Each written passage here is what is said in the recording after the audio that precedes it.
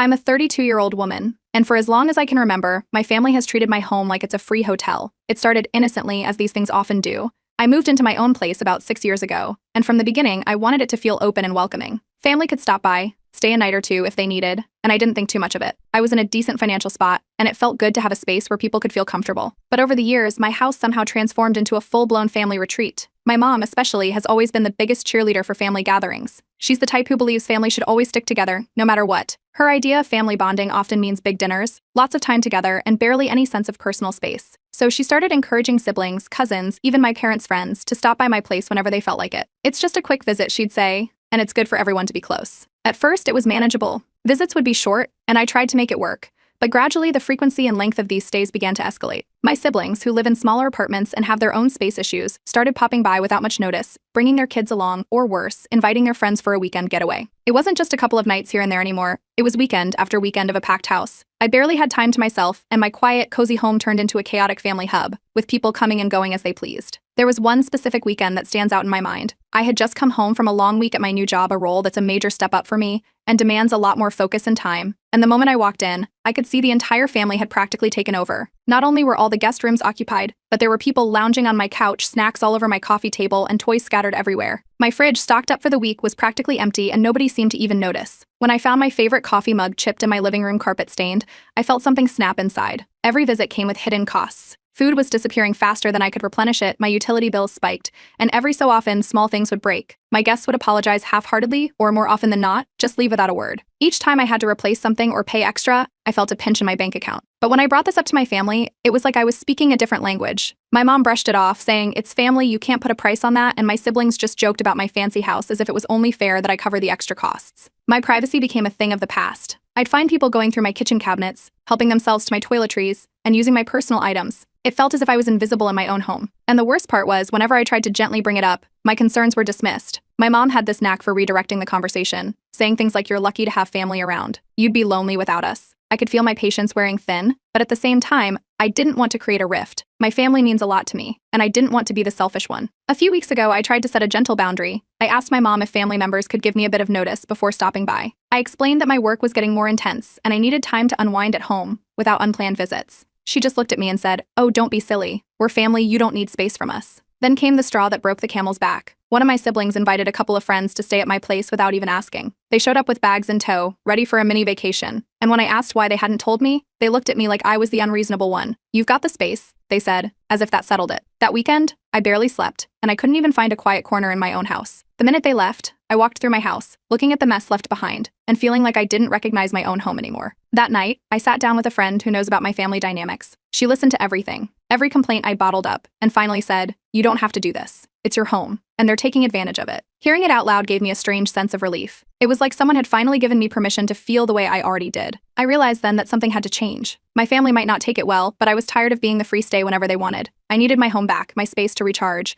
and my peace of mind. So I made a decision. I was going to set some real boundaries this time, ones they couldn't ignore or brush off. As much as I dreaded it, I knew I had to lay down some ground rules. The open door policy was officially over. Update 1. Ace. After talking it over with my friend, I sat down and drafted a list of rules for family visits. This wasn't easy, and I knew it would cause some waves, but I was done with the revolving door of unannounced guests. I named the document house rules and tried to keep everything straightforward, so there wouldn't be any misunderstandings. The first rule, no short notice visits. I'd need at least 2 weeks' notice before anyone showed up, no exceptions. Next, I added a guest limit. My home wasn't built to host an entire army. Each family could bring only a limited number of people, and unannounced extra guests weren't welcome anymore. I also included a clause about financial contributions. If they wanted to stay for more than a couple of days, they'd need to pitch in for food and utilities. This wasn't easy to write, but it felt like the bare minimum if I was going to protect my space. Once I had it all down, I sent a group message to my family, attaching the document with a short explanation. I tried to keep it polite. Something like, "Hey, I've decided to set some rules for future visits so we can all have a great time together without any stress. Please take a look and let me know if you have any questions." Then, I hit send and waited for the fallout. It didn't take long. Within minutes, my phone lit up with calls and messages. My mom was the first to respond, calling almost immediately. She sounded shocked, as if I'd just announced I was moving to the other side of the planet. "Family comes first," she said. I could practically hear the disappointment in her voice. She went on, talking about how she thought I wanted to be close to everyone, and that it was important to keep family ties strong. She didn't even try to understand where I was coming from. The whole call was about how I'd changed and how disappointed she was that I'd lost sight of family values. When I got off the phone with her, my siblings started texting one after another. They weren't happy. either. The messages ranged from mildly annoyed to downright angry. They thought the rules were unfair and selfish, accusing me of acting like I was better than them because I had a bigger house. One of them even mentioned how they had helped me out when I first moved into this house, implying that I somehow owed them unlimited access in return. Some relatives dug into the guilt trip angle, bringing up times they'd been there for me in the past. They pointed out how family was supposed to be there for each other unconditionally, trying to make me feel like a villain for setting boundaries. It stung, but I kept thinking back to that weekend where I came home to a house full of people and a chipped mug. This wasn't about turning my back on family, it was about reclaiming my own space. As expected, my friends were a huge support. A few of them had gone through similar issues, so they understood why I was doing this. They reminded me I wasn't being unreasonable, and that if my family really cared about me, they'd respect these basic boundaries. It helped me stay grounded, even when my family kept piling on the guilt. The first real test of the new rules came sooner than I thought. Just a few days after I sent the message, one of my siblings tried to pull the old drop by last-minute trick. They called that morning, saying they were in the area and would swing by that afternoon with their kids. I reminded them of the 2-week notice rule, and they didn't take it well. I was calm but firm, telling them they'd need to reschedule according to the new rules. There was a long, heavy pause, and then they exploded. They accused me of being heartless and forgetting where I came from. The call ended with them hanging up on me. The next day, my mom called again, trying a different approach. She said she was hurt that I was closing myself off from family, and went as far as to threaten that she'd never come over if I kept enforcing the rules. It felt like an ultimatum, but I didn't back down. I told her I understood her feelings, but that these rules were staying. There was a tense silence before she hung up. Over the next few days, I started hearing from extended family, cousins, aunts, people who usually stayed out of these things. Some were on my side, saying they understood why I'd set the rules, and a few even admitted they'd wanted to do the same in their own homes. Others, however, sided with my mom, saying that family should always be welcome, no matter what. I appreciated the support, but the criticism still stung. Then there was the sibling group chat. It exploded with messages about the new rules. Most of them were angry or sarcastic, with comments like, "Guess we have to book in advance for family now," or "Didn't realize you were running a hotel." They kept going on about how unnecessary the rules were, and how they never thought I'd do something like this. I didn't respond. I knew that anything I said would just fuel the fire. Reading through those messages, I realized something important. I'd let this happen by never setting limits before. I'd been the one to always keep my door open, even when it meant sacrificing my peace. As much as it hurt to see my family react this way, I knew I couldn't go back to the old way. I had to stick to the rules, no matter how much they pushed back. And for the first time, I felt like I was truly in control of my own life. The door was still open for family, but on my terms. Update 2. After sending out the new rules, things got tense. A lot of my family members went silent, no texts, no calls, nothing. It was clear they weren't thrilled, but I didn't expect some of them to completely cut off communication. At first, I thought maybe they just needed time to cool off. But days passed, and the silence stretched on. Then the guilt trip started. My mom began sending these passive-aggressive texts, all about how I was missing out on family memories. She reminded me of how I used to be the glue that held everyone together, and how much everyone missed having a place to gather. Each message was a carefully worded dig, and I could tell she was trying to make me second-guess my decision. One message even ended with, "You'll look back one day and regret pushing us all away." Things got weirder when I noticed my siblings posting on social media. They were putting up these vague, passive-aggressive posts about family abandonment and how some people change when they have more than others. They never mentioned my name, but it was obvious who they were talking about. The likes and supportive comments from extended family members just made it worse. I tried to ignore it, but every time I checked my feed, there it was, a new post or comment implying that I was the bad guy for setting boundaries. One evening, while I was finally unwinding after a long day, there was a knock on my door. I checked through the peephole and saw my youngest sibling standing there with a couple of bags. No prior message, no heads up. Just standing there, looking like they expected to be let in. I opened the door but kept it halfway, and when they tried to walk in, I gently but firmly stopped them. I reminded them of the 2-week notice rule and said I'd be happy to host them another time. They looked shocked, clearly not expecting me to actually follow through with the rules. After a moment of awkward silence, they left, mumbling something under their breath. The next day, my mom showed up. She didn't even bother calling ahead. She just came to my doorstep. She looked serious and didn't waste any time. Right there on the front porch, she accused me of being cold and heartless. She couldn't believe I was willing to shut out my own family like this. She said that family should always come first, no matter what, and that I was making everyone feel unwelcome. Her words were sharp, almost rehearsed, and she wasn't holding back. I stayed calm and tried to explain why I'd put these rules in place. I talked about the lack of notice, the constant disruptions, and the financial strain it was putting on me. I hoped she'd understand, maybe even show a bit of sympathy, but she just looked at me like I was speaking another language. To her, it didn't matter what my reasons were. All she saw was that I was turning my back on family. After a few minutes of back and forth, she suddenly suggested a family meeting to sort this out like adults. I agreed, thinking it might be a chance for everyone to finally understand where I was coming from. But the meeting turned into chaos. It felt less like a discussion and more like a venting session for everyone to unleash their frustrations on me. They threw around words like betrayal and selfish, while I tried to explain my side, but no one was really listening. My mom led the charge, making it clear that she thought I was in the wrong. And then one of my aunts chimed in, talking about the importance of staying together and how it was my duty to keep the family close. Amidst the yelling and accusations, I stayed firm. I repeated my boundaries calmly, even when they tried to guilt trip me. The tension in the room was thick, and I could feel everyone's frustration. But I wasn't backing down. I could tell they expected me to cave, but this time was different. I wasn't going to go back to being the open door host. Then, in a dramatic move, my mom issued an ultimatum. She told me that if I insisted on these rules, she would cut ties and wouldn't come over anymore. She delivered it like a final blow, expecting me to drop everything and apologize. But instead of folding, I just nodded and accepted it. Her face went from angry to shocked, and she fell silent. I think she was genuinely surprised that I didn't budge. Leading that meeting was exhausting. I could tell that my family was in disbelief, still hoping I'd come to my senses. But I wasn't going to change my mind. The rules were in place, and they weren't going anywhere. A few days later, one of my siblings hinted in a group text that they'd be dropping by anyway. It was clear they were testing my resolve, probably assuming I wouldn't actually turn them away if they showed up unannounced. I ignored the message, but my friends reminded me to stay strong, encouraging me not to give in. They'd been with me through the worst of it and kept saying I was doing the right thing, even if my family didn't see it that way. Eventually, I responded to the group chat, letting everyone know that the rules weren't changing. I kept it short and calm, saying that I was open to seeing everyone, as long as they followed the guidelines. It was a simple message, but it made my stance clear. Update 3. After the family meeting disaster, I thought the worst of it was over. I couldn't have been more wrong. Instead of backing off, some of my family took our conflict to social media. My siblings started posting cryptic messages that painted me as the black sheep who had turned against the family. They posted things like, "It's sad when people forget their roots and some people are too good for family now." They didn't mention my name, but it was obvious enough that even distant relatives began messaging me, wanting to know what was going on.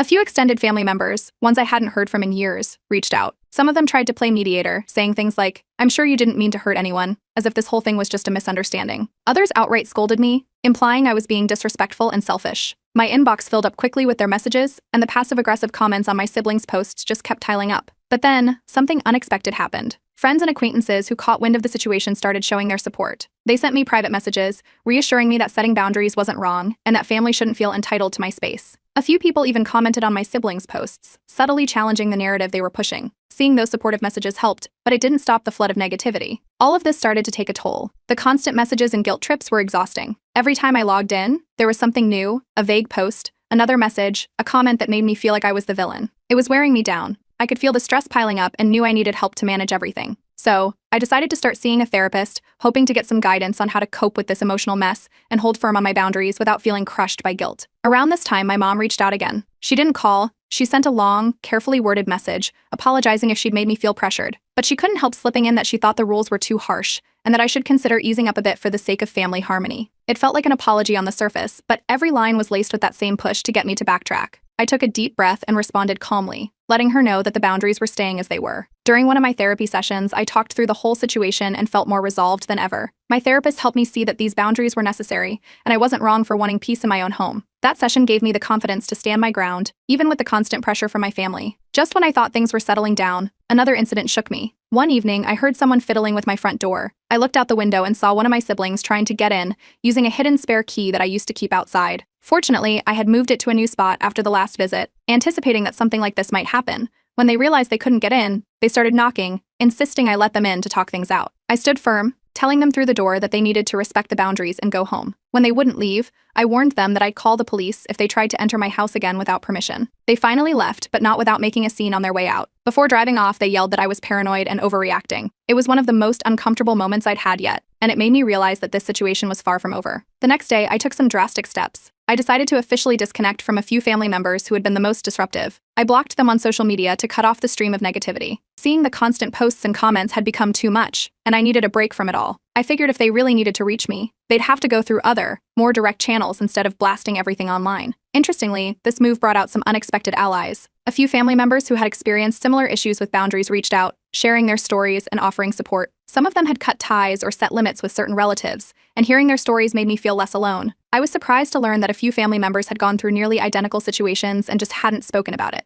After blocking the worst offenders and leaning on new allies, things finally started to calm down. There was an extended silence from my family that I hadn't experienced in a long time. The peace was surreal. I didn't have to worry about surprise visits. My phone wasn't blowing up with messages, and I could actually breathe in my own home. It was like I'd reclaimed my life, one small step at a time. In that quiet, I found myself reflecting on everything that had happened. It was strange. Part of me felt a pang of sadness at the distance I'd created between myself and my family. But at the same time, I felt freer than I ever had before. I realized that I could still love my family without letting them take over my life. This wasn't about pushing them away. It was about protecting my peace. For the first time, I felt like I could move forward without constantly looking over my shoulder, wondering when the next uninvited guest would show up. Update 4. A few weeks after blocking certain family members and finding some much-needed peace, a handwritten letter arrived in the mail. I recognized my mom's handwriting right away. Inside, she'd written pages filled with memories from my childhood and all the sacrifices she'd made to keep the family together. She talked about the family trips, the holidays, and how proud she was to have raised us all so close-knit. She wrapped it up with an emotional plea to reconsider the rules, reminding me that family is all we have and asking if I'd really want to live without them. The letter brought a flood of guilt. I found myself staring at it, tempted to let things go back to how they were just to keep the peace. The nostalgia she'd packed into those pages was powerful, and for a moment I thought about caving. But at my next therapy session, I shared the letter, and my therapist helped me see the manipulation woven into it. We discussed how my mom was using the past to guilt me into dropping my boundaries,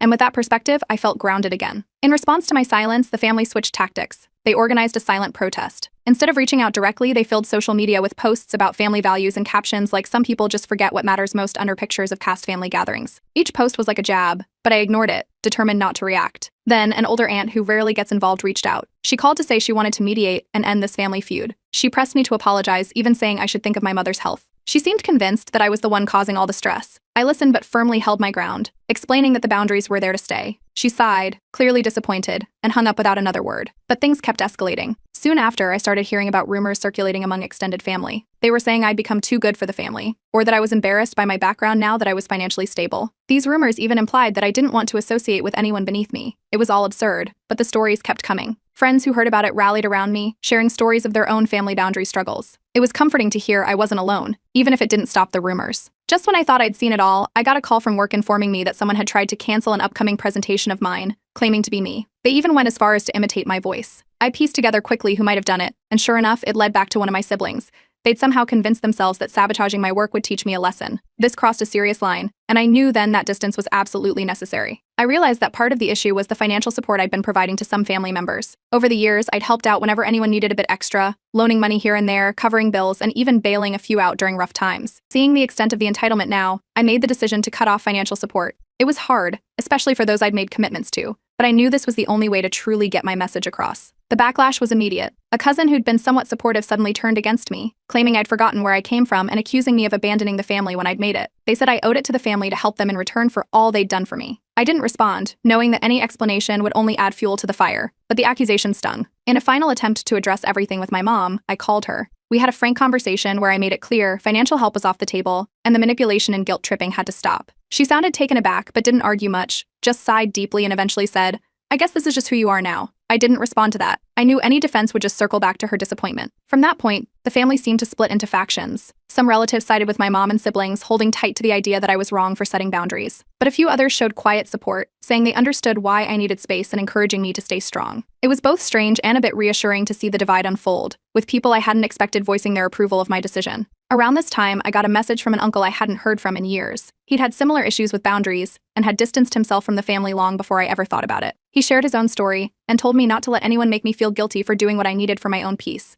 It was a surprising message, but his words gave me a renewed sense of strength. Eventually, I decided to address the rumors head-on. I wrote a public post, not naming anyone but clarifying my reasons for setting boundaries. I explained that I needed space and privacy and that the choice wasn't about looking down on anyone but simply taking care of myself. The response was mixed, but at least I'd had my say. Despite everything, I started to feel a sense of empowerment. For the first time in years, I was taking control of my life without letting my family dictate my happiness. The drama and backlash weren't over, but I could see the difference these boundaries were making. I was finally free from the constant demands and expectations, and while it came at a cost, I knew this was a step I should have taken long ago. Update 5. A few weeks after my public post, something unexpected happened. One of my siblings reached out with a simple message and apology. They admitted they hadn't realized the extent of the burden their frequent visits had placed on me. They said that all the online posts and back and forth had made them think about their behavior, and that they genuinely wanted to understand where I was coming from. This apology felt different. There was no guilt tripping, just an honest acknowledgement of my perspective. I replied, suggesting we meet up, but I set a few conditions. We'd meet somewhere neutral, and I wanted it to be a respectful conversation, without bringing up past arguments. They agreed, and we planned to get together the following weekend. Meanwhile, my mom wasn't ready to let things go. She doubled down on her ultimatum, saying that she would cut off contact if I continued to disrespect the family. This time, instead of getting anxious or defensive, I calmly told her I understood and accepted her decision.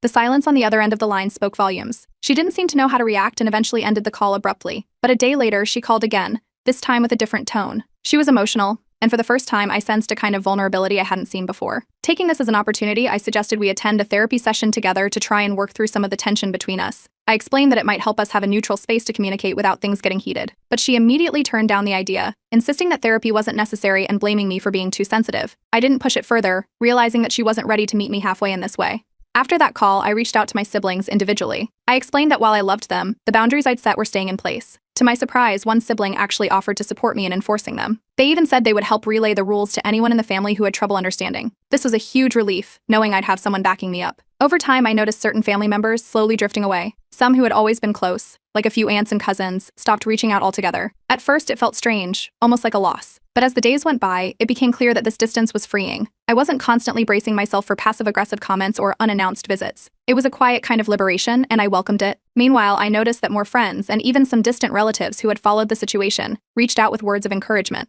A few of them shared their own stories of setting boundaries, letting me know that they understood and respected my decision.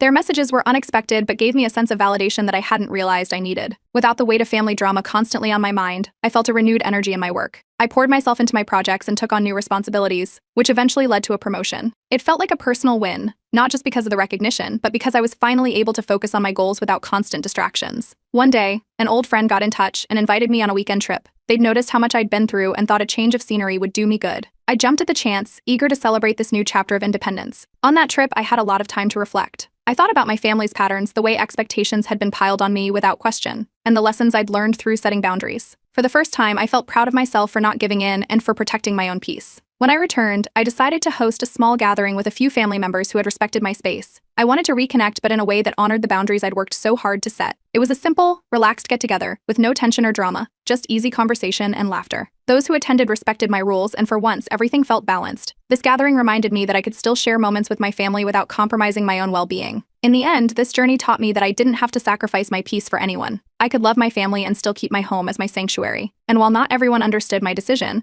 I felt a sense of closure I hadn't felt in years. Moving forward, I knew that my happiness and peace were worth standing up for, no matter what anyone else thought.